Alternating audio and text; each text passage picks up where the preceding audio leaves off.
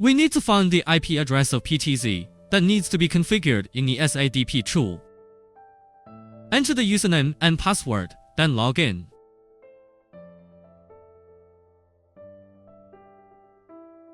Then I click on Configuration at the top.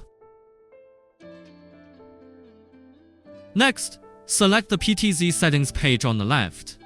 Then select Panorama Linkage. Click Drag and perform the calibration process. Click Start Calibration. To set up more easily, we can click One-Touch Calibration in the upper right corner.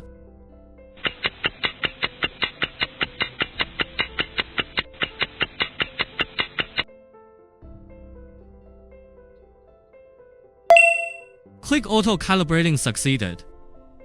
Then click VCA at the top to set up events and trigger conditions. Switch to Panoramic Lens. Click Enable and select the area you want to detect.